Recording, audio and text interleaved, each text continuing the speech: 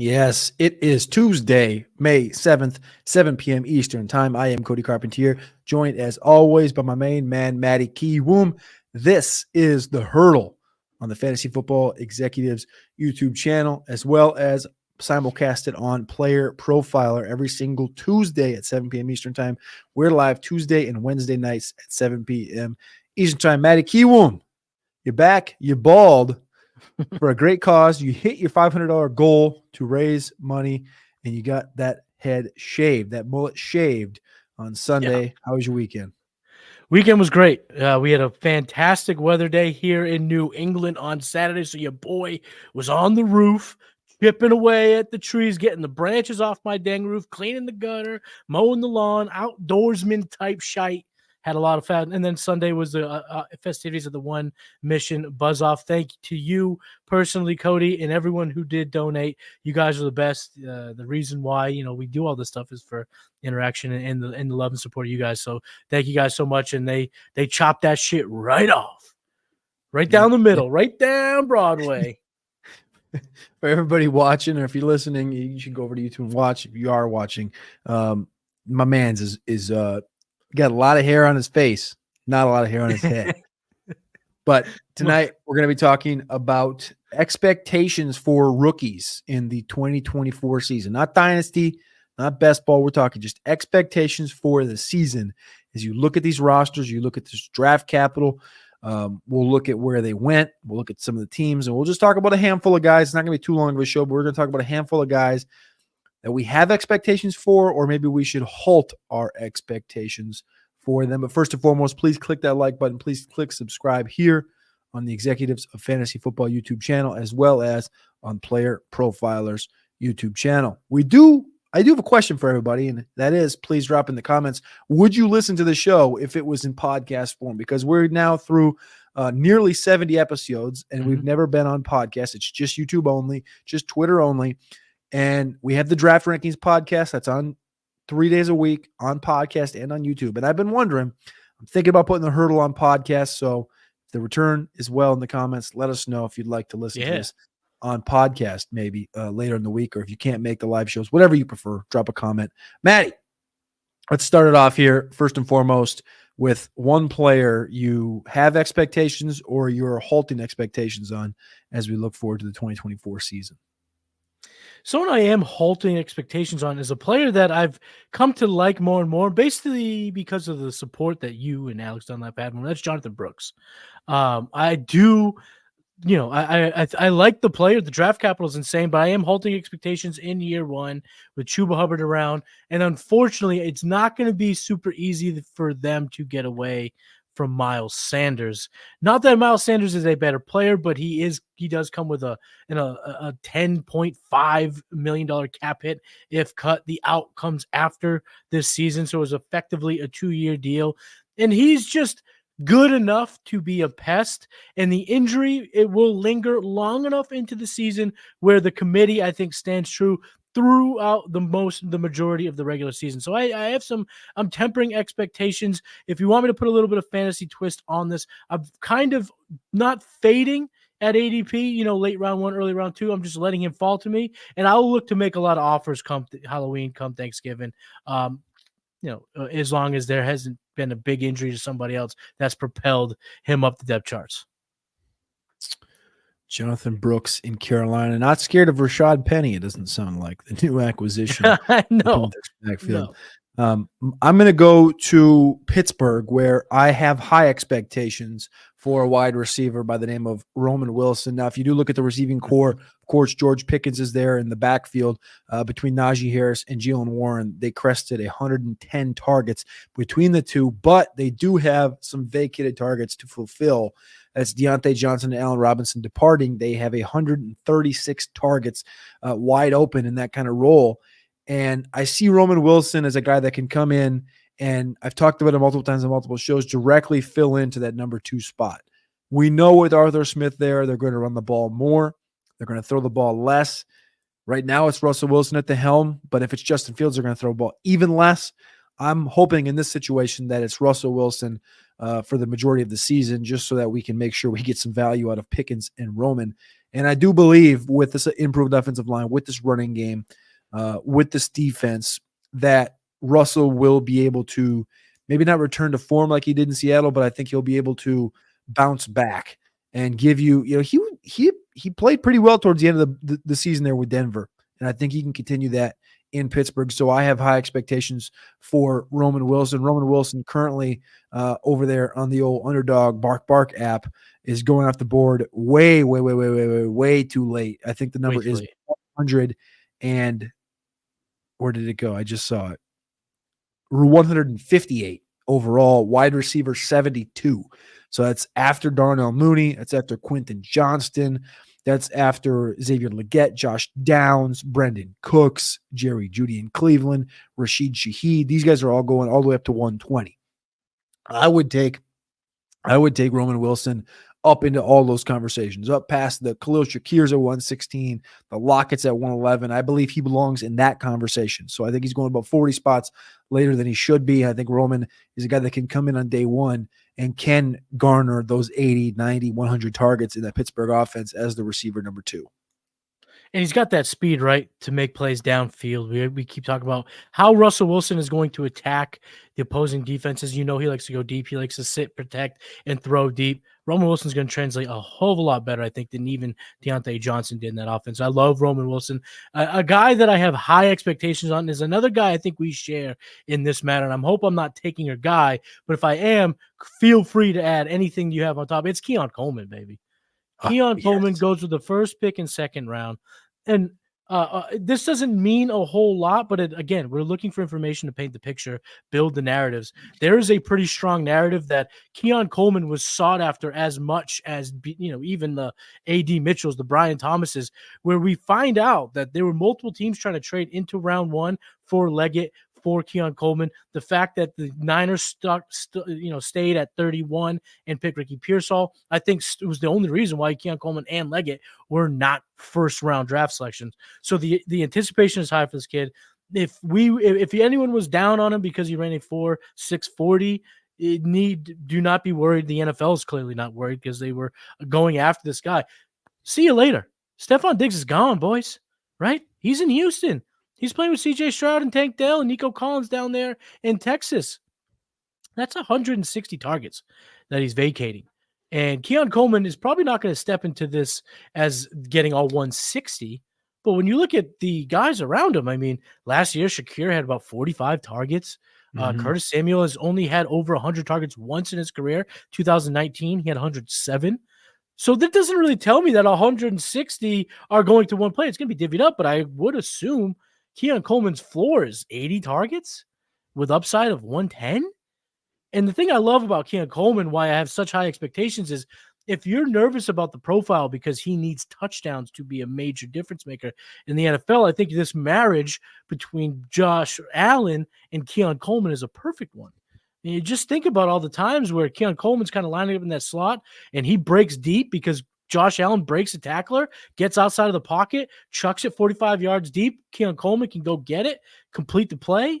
I just love I love his potential here, and I think the expectations for this guy should be high immediately as a football player. And kind of how I'm tying this into my fantasy approach right now is a lot of people are still sought after the Ladd McConkeys and the Brian Thomases Jr. at the end of round one. Go ahead and give me that 203, throw in a 301. I'll move back a few spots. I'll get me that Keon Coleman, and I'll get another player in this draft because I think this draft, and I'd like to get your opinion on this, is if you're feeling thin, load up on second and thirds because your roster will look pretty good going into camp.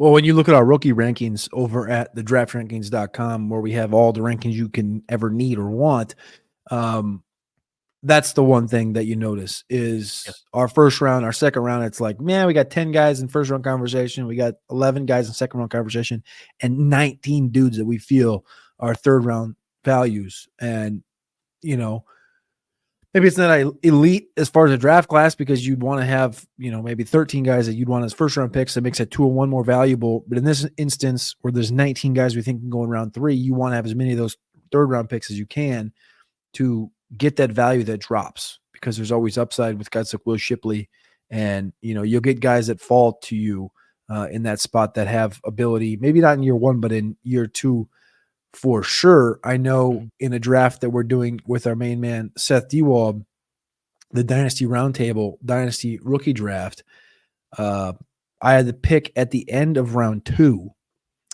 and I got Roman at 210, and I got Jalen Wright at 211, and that was after somebody drafted Ben Sinnott in your spot. So you don't have your draft picks in that league. I don't think you have 0 draft picks. You have no draft picks. And I hate it. Somebody took Ben Sinnott in your spot. Blake Corum went off the board at running back 3 at like 204. And guys like Roman Wilson and Jalen Wright fell to me at 210, 211. So it shows you what the draft is doing is it's pushing guys down. And that third round is going to be full of, Javon Bakers and Jermaine Burtons and Malachi Corleys and Audric Estimes and all these guys that we like. So I think you're giving value there in the third. But the one guy that is directly next to Keon Coleman, and you know how much I love Keon Coleman, in both best ball and in rookie drafts right now, is Ladd McConkey. I'm tempering expectations on Ladd McConkey with the Chargers. His current ADP at underdog is 73.8, wide receiver 41. He's sandwiched between Brian Thomas Jr., wide receiver 40, and Keon Coleman, wide receiver 42. I prefer both in 2024, especially in best ball, over Ladd McConkey. McConkey is a guy that hasn't even seen 120 receptions in his career at Georgia. And we've heard over the last 2 weeks of like, oh yeah, this guy could take 120 targets. It's like, how do you know that? He hasn't been able to stay healthy. I love Ladd McConkey. He's a dirt nasty route runner, but we haven't been able to see him stay healthy in his career at Georgia. You're betting that this guy's going to be able to play twice as many games in a season with the Chargers in the NFL that he could do and stay healthy consistently. He couldn't play 8 straight games any given season without getting banged up. And then you look at what the Chargers are now, and last year, Justin Herbert plays in 13 games. He's at 456 pass attempts, and the expectation is that this guy is, an elite passer, which I think he is. 20 touchdowns, 7 picks. These numbers aren't glowing. My worry is that Harbaugh is now there, and everybody knows that they're going to run the hell out of this football. And what they've done since the draft has been over is they went out and they interviewed Tyler Boyd, who signed with the Tennessee Titans today, and they also went out and signed DJ Chark. And Alex immediately goes, this is much better for Ladd to have Chark come in than Boyd. He says Josh Palmer's getting swindled. And my instinct is, yeah, everybody knows that they're going to run the football. Like everybody knows that this is what the Niners used to do, run first power offense. But Ladd's going to get swindled here as well. Everybody in this Chargers offense is going to get screwed. Everybody's going to get overvalued, pushed up. And I'm not saying Ladd's pushed up right now, but the expectation is that he's the best receiver in this room. It's now Quentin Johnston, Josh Palmer, Ladd McConkey, DJ Chark, Hayden Hurst, Will Dissly, and people are just writing off Cornelius Johnson and Brendan Rice like they're nothing. But in reality, they're probably going to be wide receiver 5 and wide receiver 6 on this roster, so they're going to be on the team. And in this type of an offense, you're not going to be able to project any given week, most likely, who's going to be the target leader. Yeah, on paper, Palmer probably makes sense. But there's going to be weeks where Hayden Hurst might get 6. There's going to be weeks where Quentin Johnston's going to get 6. There's going to be weeks when Cornelius Johnson all of a sudden has 5. And you're like, well, nobody projected that. Ladd McConkey, of course, is going to have his weeks. It's just he fits the prototype, makes sense. But he's going to get, I don't want to say cucked, but he's going to get screwed. He's going to get completely swindled out of this projected, he can get 120 targets. He's going to be, no. This is going to be an entirely different looking offense. And I am holding all expectations on Ladd McConkey. If you want to take him in rookie drafts, sure, because I love McConkey as a route runner. I love him as a prospect. But if we're talking about seasonal, I'm staying away for the year. It's just going to be one of those things where I'm going to be hands off in seasonal for the entire season until I can see him play for 15 out of 17 games, stay healthy all year, and actually be that target. I'll come back next year and pay wide receiver 20 prices if that happens. He's worth paying later when you know what the variables are, these question marks. I will add this too. If Harbaugh has his way, right? If he has the ability to instill everything he wants in LA and win the way he did at Michigan at a high level like he did at Michigan. Are we looking at Ladd McConkey being like the Roman Wilson of an offense? Yeah. When you kind of look at him now, it's starting to look a little bit more interesting. Cornelius Johnson's literally on the Chargers, but Quentin Johnston's probably a better version of that. Brendan Rice was also brought in. You have Ladd McConkey, who's by all measures, pretty comparable to Roman Wilson. Roman Wilson caught, a massive share of the team's catches, a massive percentage of their touchdowns in the air, a large percentage of their receiving yards. He was a beast for them, but that style of football led him to having mediocre and underwhelming surface stats. If that is the future of the LA Chargers, and that is the future of Ladd McConkey, you're gonna make me a little worried there, Cody. You put him on my worry meter a little bit. All right. We got 4 guys in. Got short time here. Let's run through 4 more guys, 2 each, rapid fire. Rapid fire. Someone I am tempering expectations here is Ricky Pearsall. I know he's got the round 1 draft capital. He's got good hands, but he's on a team that at best we're looking at the 4th option. That is even if they move a Deebo Samuel or a Brandon Ayuk, but you still have George Kittle. You now have Jacob Cowing. There's a lot of mouths to feed. I don't see him exceeding any type of expectations. Matter of fact, right now, my rookie rankings, I have him outside of my top 25, and he was a round 1 pick. I'm just happy you brought up Jacob Cowing right there because you are not the biggest fan of Mr. I'm Jacob still not, Cowing. but he's there. And if You utilized him as a depth piece to counteract a first rounder, Ricky Pearsall. That is respect. That's what that is right there, Matty Kiwoom. Fair enough. I'm going to go to the It's new me. quarterback All position me. for a temper. I'm going to temper the expectations of Drizzy Drake May. I'm working on my way too early 2025 NFL mock draft. This can be up at rosterwatch.com on Wednesday. And I have New England as a 3rd overall pick again. And that's projections coming out of next year. I think Drake May is a wonderful talent, a great quarterback, but I think that there's work that needs to be done. And I think Jacoby Brissett is the starting quarterback in week 1. I think Jalen Polk, Javon Baker are great pieces to work with him, as well as having DeMario and Kendrick Bourne in that offense. They're going to be pieces that allow Drake to eventually flourish, but they need to. It's going to be another long year in New England, I think so, and we're too. probably going to see Drake, but it's not going to be till week 8, 9, 10. Once the season is in the bag and they're 2-6, and then they say, "All right, Jacoby, let's put the young bull in, see what he can do." In New England, for New England, it would probably be week 14, 15 when the season's really over, and then he can get a couple of games under his belt. Before 2025. But I'm just going to say temper the expectations on Drake May. And I hate it because I love him. Yeah, I think he's in a great spot. I heard him on the radio actually this afternoon. I think he's going to fit, but the team is leaning towards anointing Elliott Wolf as the team builder, the premier guy in this office.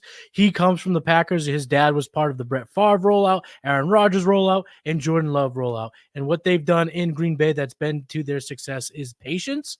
So I would imagine that Jacoby Brissett is on the field week 1, unless Drake May comes out and absolutely makes it impossible to put away. But I agree that tempering expectations makes a lot of sense here. I'm actually going to stay negative, and I'm tempering the expectations of Blake Corum this year because Kyren Williams just simply isn't going away. I'm sorry. We heard a lot of this. Oh, my comp for Blake Corum was actually Kyren Williams. Well, then I don't really know if that guy's going to be better to take out his clone, if that makes any sense. So I think that Kyren Williams will be on the field quite a bit in 2024, enough so that Blake Corum is really going to be relegated to roles. And yes, could he have a lot of touchdowns, short yards touchdowns? Sure. But Kyren Williams was pretty good in that respect last year. So I can't imagine that it's going to be all of Blake Corum's job when they get inside the 5. Kyren Williams showed he could make catches in the passing game. And I think that the priority for McVay and the Rams when it comes to a guy like Corum is going to be building strength on that knee.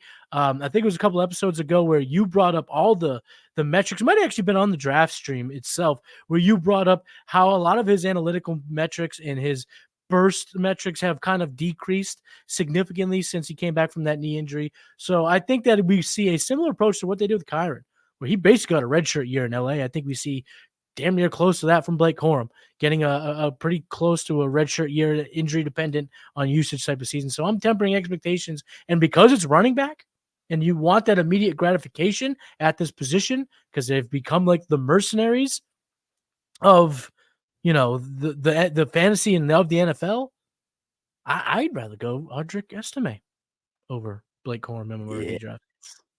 Yes. All right. My final guy is going to be somebody I have high expectations for. And Matty, this one might catch you by surprise. His ADP is currently 148 on the old Bark app. And he's wide receiver 67, right ahead of Quentin Johnston, right behind Dontavian Wicks, and right behind Ricky Pearsall. And this guy went the way of Jalen Hyatt in the 2023 class. Troy Franklin. I have expectations for Troy Franklin because of Bo Nix. I think Bo Nix is starting week 1 for Denver. I think Troy Franklin's connected to him.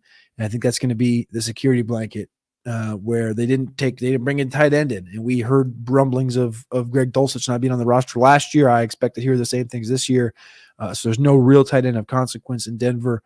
Sutton is there, but we've heard trade rumors for the last 2 years around Sutton. Mims, we think there's a role there, but we haven't seen it. Franklin is the easy connection to Bo Nix, and I would expect a massive overachievement to the 148 ADP of Troy Franklin, and also a guy you can get in the mid to late third round of your rookie drafts, Troy Franklin from Oregon. The pathway's there, and that's really going to be the difference maker for him. He went to the one spot. The NFL told us they didn't like him, but the one team that could make him relevant selected him at the top of the 4th. Those are our 8 players with expectations for the 2024 season. We're tempering expectations on Jonathan Brooks, Blake Corum at the running back position, Ladd McConkey and Ricky Pearsall at the wide receiver position, and Drake May at the quarterback position, and some players that we have expectations for, maybe higher expectations than that of their ADPs right now. In 2024, Roman Wilson, Keon Coleman, and Troy Franklin at the wide receiver position. Look for those guys to succeed in their landing spots. Of course, Roman wide open from Deontay Johnson. Keon Coleman wide open with Stephon Diggs gone. And, of course, Troy Franklin wide open with Jerry Jeudy gone. He's Matty Kiwoom at Matty Kiwoom on socials. I am Cody Carpentier. We'll be back tomorrow night, 7 p.m. Eastern time on the Executives of Fantasy Football YouTube channel. Until next time, we appreciate you and we love you. Click that like button, click subscribe, and head on over to the draftrankings.com. Peace.